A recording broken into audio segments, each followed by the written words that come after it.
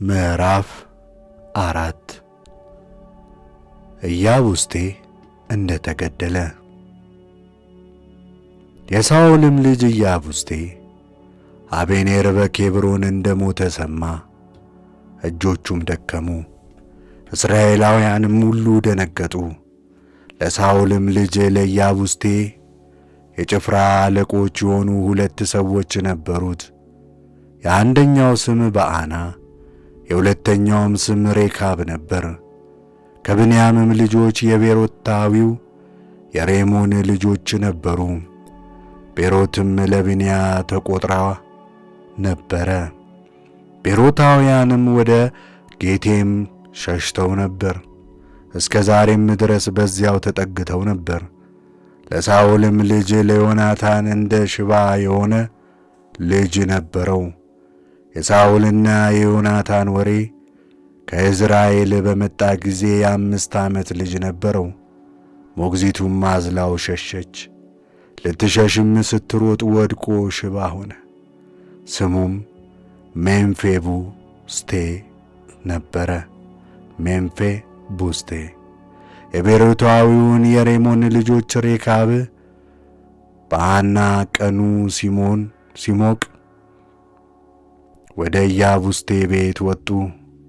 እርሱም በቀትር ጊዜ በአልጋው ላይ ተኝቶ ነበር። በረኛይቱም ስንዴ ታበጥር ነበር፣ አንቀላፍታም ተኝታ ነበር። ወንድማማቾቹ ሬካብና በዓናም በቀስታ ወደ ቤት ገቡ። ወደ ቤትም በገቡ ጊዜ ኢያቡስቴ በእልፍኙ በምንጣፍ ላይ ተኝቶ ሳለ መቱት፣ ገደሉትም። ራሱንም ቆርጠው ወሰዱት። በዓረባም መንገድ ሌሊቱን ሁሉ ሄዱ። የኢያቡስቴንም ራስ ይዘው ወደ ዳዊት ወደ ኬብሮን መጡ። ንጉሡንም ነፍስህን ይሻ የነበረው የጠላት የሳኦል ልጅ የኢያቡስቴ ራስ እነሆ፣ እግዚአብሔር ዛሬ ከጠላት ከሳኦልና ከዘሩ ለጌታችን ለንጉሥ በቀሉን መለሰለት አሉት። ዳዊት ለቤሮታዊው ለሬሞን ልጆች ለሬካብ ለወንድሙ ለበዓና እንዲህ ብሎ መለሰላቸው።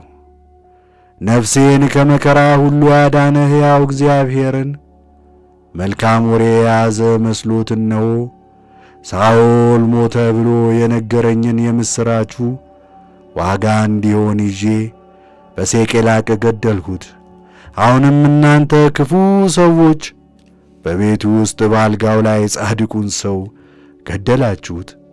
እነሆ ደሙን ከእጃችሁ እሻለሁ፣ ከምድርም አጠፋችኋለሁ። ዳዊትም ጎልማሶቹን አዘዘ፣ ገደሏቸውም። እጆቻቸውንና እግሮቻቸውን ቆርጠው በኬብሮን በውሃ መቆሚያ አጠገብ አንጠለጠሏቸው። የኢያቡስቴን ራስ ግን ወስደው በአቤኔር መቃብር በኬብሮን ቀበሩት።